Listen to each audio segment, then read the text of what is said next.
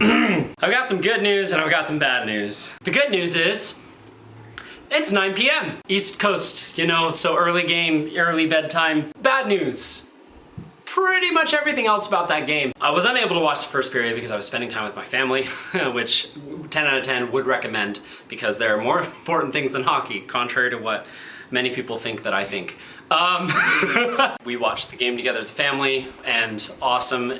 One of the coolest moments is, as a dad, seeing my son look at the TV and unprompted goes, "That's Mark Stone! He's 3!" Just one of the most successful feelings as a parent right there. I wasn't able to watch the first period, so the things that I know from it are we scored twice on our first 2 shots early in the game. And Michael Amadio is the main reason for both of these goals. Beautiful pass over to Dorfia for his first of the season, and then on the second goal, he maintains possession in the offensive zone, is able to keep the puck away from the Blackhawks and keep this possession alive, sends it over, who McNabb fakes the shot, passes over to Theodore, who sends it on, and we all believe it's Theodore's. It wouldn't be, because William Karlsson barely tips it in front, so it's 2-0 Vegas early.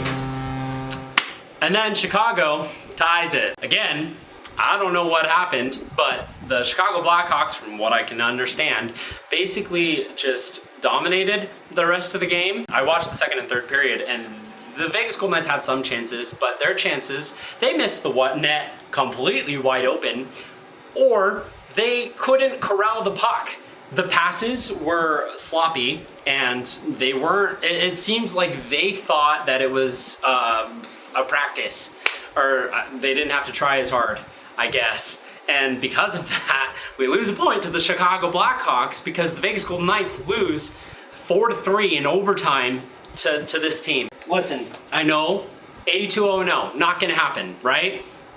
We should aim for it still, right? I think I am perfectly valid to still feel frustrated and upset after this loss because of 3 reasons. 1, the Vegas Golden Knights played really sloppily. Number 2, they did it against this team, which, if you're a Chicago Blackhawks fan, I have a couple of friends that are from the Chicago area that are Blackhawks fans. You don't deserve any of the vitriol about the scandal from 2010 because you had no part in it. And nobody on the team nobody's from the team anymore. But still, I love interacting with fans from every fan base. And that includes Chicago, and it doesn't mean I like your team, and I'm really sorry. Number 3 is because their sloppy play deserved 2 places on this list. They would just flat out skate by pucks. Everyone was doing it. Stevenson, Theodore, Stone, Eichel was, like, all of them lost the ability to hold on to the puck. Second period was a slog. Nobody getting shots for a good chunk of that period. So I'm just gonna flat out skip that, although that's when my son pointed out Mark Stone on screen and my heart. The third period,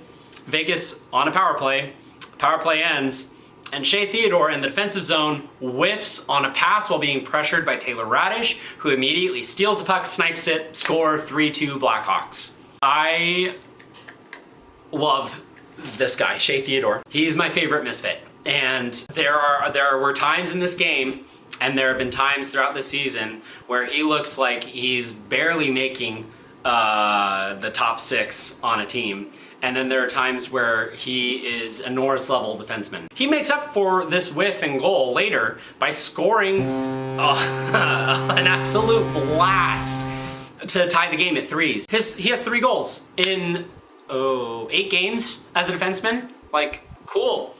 And all 3 of them have been in the third period, no less. So Alex Pietrangelo's back, and he looked like he missed some time. Hopefully they're not rushing him back, but it was probably just rust, and not Brian rust. But. So the Vegas Golden Knights are missing the net wide.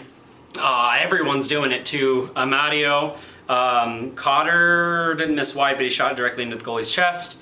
Barbashev, everyone. And no one was able to corral the puck. Vegas' power play was awful. That cannot happen again. They spent the entire of that last power play with barely any time left in the third period doing nothing.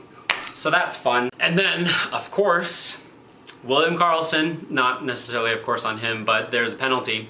He trips, I don't remember who it was, at the Blackhawks in overtime to give them a power play. Don't be mad at me. I'm not mad at you. I'm not mad at the goalie. The goalie is the one person I'm not mad at. Oh. Yikes. Well, there's this game.